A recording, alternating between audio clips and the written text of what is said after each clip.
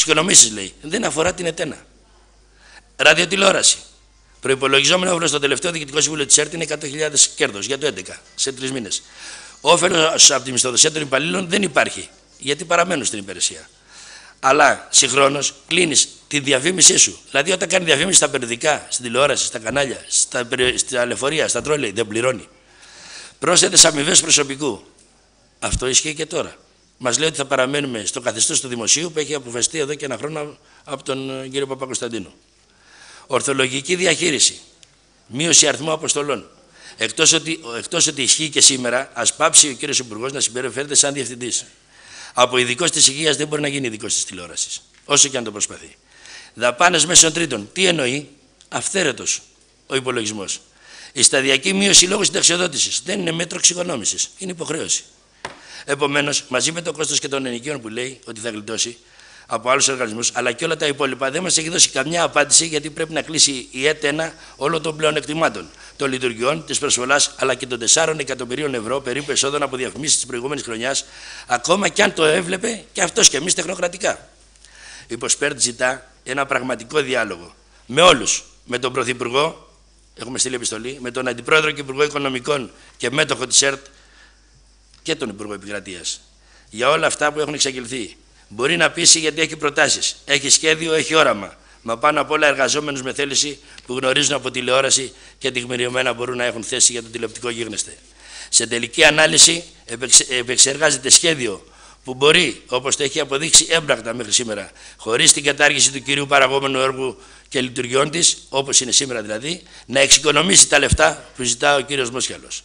Επιβάλλεται να καταθέσουμε συλλογική προσπάθεια μέσα σε μια εθνική αναπτυξιακή διαδικασία, αν θέλουμε να συνεχίσουμε τον ιστορικό μας ρόλο σαν λαός. Θα φανούν έτσι οι πραγματικές διαθέσεις του κυρίου Μόσχαλου για την πραγματική αιτία όλου αυτού του σχεδίου αναδιάρθρωσης. Αν δεν είναι οι εμπονές ή οι εντολές εξωθεσμικών παραγόντων ο οδηγός του, τότε μπορεί να βρεθούν σημεία συνεννόησης. Σε τελική ανάλυση την ευθύνη δεν την έχουν αυτοί που κάνουν επικοδομητικές προτάσεις. Η ευθύνη ανήκει ολοκληρωτικά σε αυτούς που τις απορρίπτουν. Θα αξιοποιηθούν επιτέλους οι ανθρώπινοι πόροι με σύγχρονες μεθόδους παραγωγικότητας ή οι εργαζόμενοι κατασυκοφαντημένοι και μειωμένοι θα χρησιμοποιηθούν σαν άλοθη εφαρμογής προδιαγεγραμμένου σχεδίου εκαθάρισης. Εν κατακλείδη, το κλείσιμο των τηλεοπτικών καναλιών ΕΤΕΝΑ, Συνέσπορτ και του ραδιοφωνικού σταθμού 958 στη Θεσσαλονίκη, το ξεπούλημα της ακίνητης περιουσίας αποτελούν αρνητικές δράσεις που υπονομεύουν την πραγματική αποστολή του δημόσιου φορέα προς όφελος μεμονωμένων ιδιωτικών συμφερόντων. Όταν μάλιστα είναι πλεονασματικός, με μεγάλη συμβολή και των εργαζομένων, γεγονός που δεν αμφισβητείται από κανέναν. Από το αποτέλεσμα του διαλόγου θα φανεί αν ο γίγαντας που λέγεται ΕΡΤ και κοιμάται, το κάνει γιατί απλώς κουράστηκε στη μακρά του διαδρομή ή γιατί κάποιοι ακόμα και σήμερα τον κρατάνε σε καταστολή. Σας ευχαριστώ, συγγνώμη που σας κούρασα, έχω πάρα πολλά στοιχεία, ελπίζω από τις ερωτήσεις σας και αφού τοποθετηθούν και οι άλλοι συνάδελφοι, ευχαριστώ για την ανοχή σας, ευχαριστώ για τον χρόνο σας, συγγνώμη που μακρηγορήσαμε, αλλά πρέπει να δώσουμε πιστικές απαντήσεις. Και πιστικές απαντήσεις δεν δίνονται με αφορισμούς, ούτε με τσιτάτα. Και έχω να πω κάτι, ότι στο τέλος όλοι οι δημοσιογράφοι που θέλετε, και αν θέλετε, μπορούμε να σας ξεναγήσουμε στις εγκαταστάσεις της ΕΤΕΝΑ για να δείτε την περιουσία μας. Ευχαριστώ. Ευχαριστούμε τον κύριο Καλφαγιάννη για αυτή την ανάλυση που νομίζω ότι ήταν πλήρης. Να πάμε στον κύριο Σαββίδη να τοποθετηθεί από την ΠΟΕΣΥ, Πανελλήνια Ομοσπονδία Ενώσεων Συντακτών.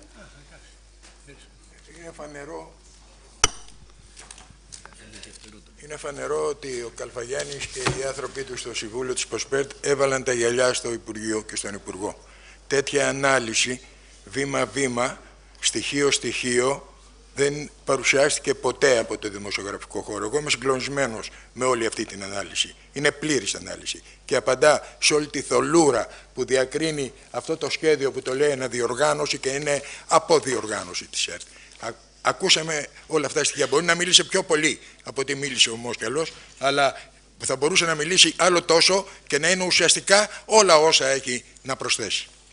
Όταν πριν από 1 μήνα περίπου είχα πει σε αντίστοιχη συνέντευξη ότι ο χώρος της δημοσιογραφίας, της ελληνικής δημοσιογραφίας είναι υποδιωγμό, το είπαμε αφορμή την κακοποίηση δημοσιογράφων στις διαδηλώσεις τότε της πλατείας Συντάγματος και των γύρω δρόμων, την κακοποίηση στελεχών της ΕΣΥΑ και συναδέλφων μας, όπως και την κόφευση συναδέλφου συγκεκριμένου.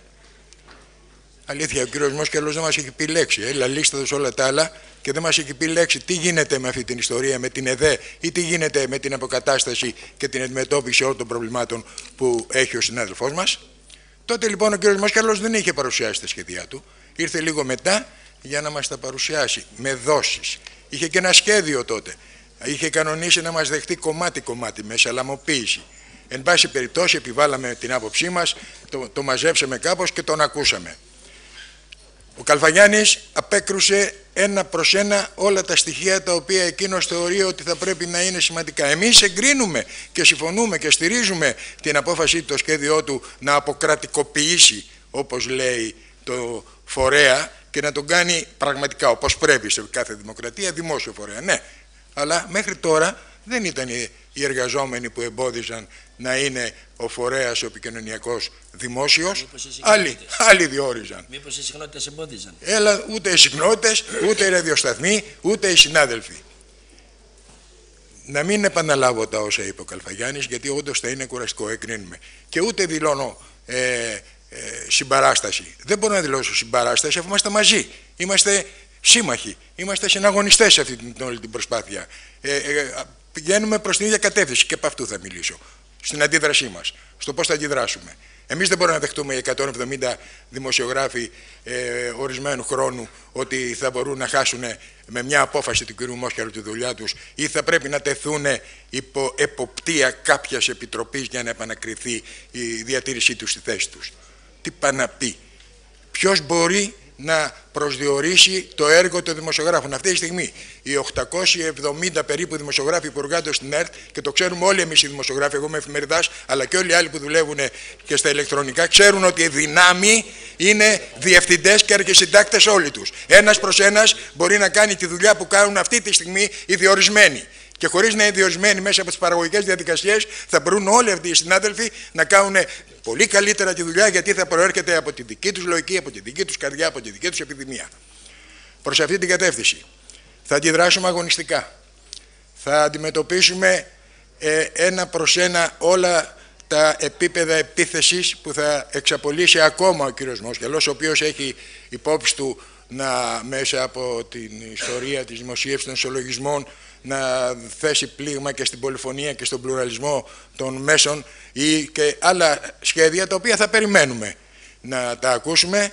Θα αντικρουστούν όλα αυτά ή θα αντιμετωπιστούν ή θα συμμαχίσουμε πάνω σε αυτά εφόσον συμβάλλουν σε μια κατεύθυνση σωστή λειτουργίας των χώρων και των μέσων του τύπου στη Θεσσαλονίκη.